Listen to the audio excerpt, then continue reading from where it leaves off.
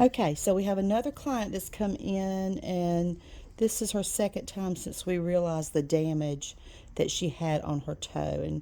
And always remember to stay within your client's comfort zone when you are moving things around. You don't ever want to hurt them. It should never hurt to get a pedicure. And so we're just going to check and see what's loose here. When she came for her last appointment, she did not realize that it had been damaged. So if she hit it, she didn't realize it. So what I'm doing here is I'm going to be pulling the part that's coming off, I'm going to be clipping off. As you go into this, you will see, can you feel that right there?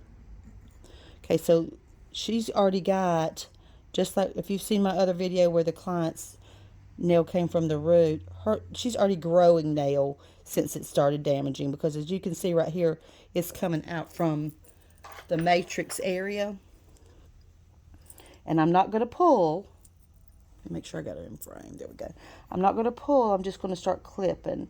But as you see how movable that is, that's all the way back there in the matrix.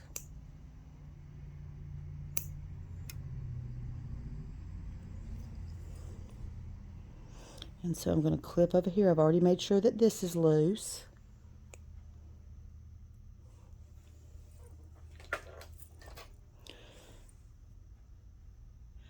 During her last visit, we discussed using the mentholatum petroleum rub. In the United States, that's made by Vicks. If you're in another country, it's a rub with a menthol, camphor, blocking the view, type of, and our percentage rates are low here, so the petroleum jelly is what keeps anything from growing in that area.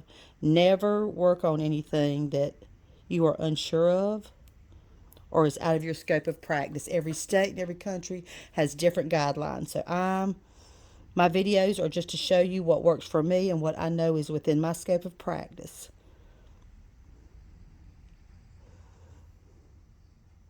Okay.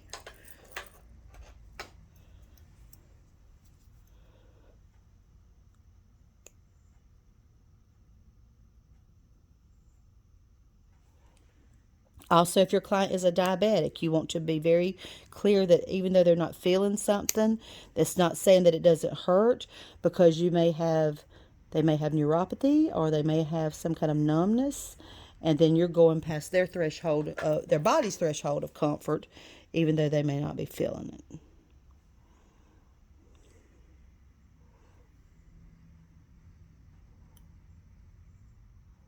Are you feeling that at all? Okay. So I'm going to clip a little more back, because as you can see, that's going all the way back to the... See how that came right off? It's very similar to the other toe. Her toenails could have been pushing against her shoes. She's very active. That can be a problem.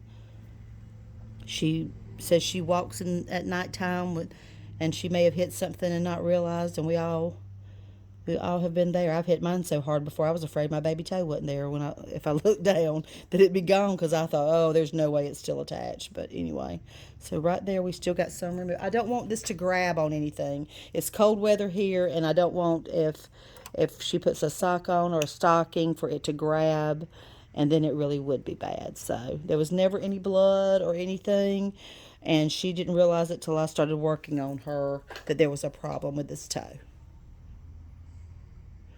So let's see. Okay. There's probably some more looseness there, but what I'm going to do, I'm going to file. This is a little rough right there. I'm going to file and make it nice and smooth with my block buffer to make sure that it doesn't snag anything, and we're going to oil it, and she's going to continue to do the mentholatum on it. And then we will see her back for her 4 to 6 week visit, and we'll be able to tell how far it's gone. Okay. Can y'all see that side? I got all the toenail off there. But there's still some loose skin I'm going to be working on. So I'm going to let y'all go, and I am going to finish her pedicure.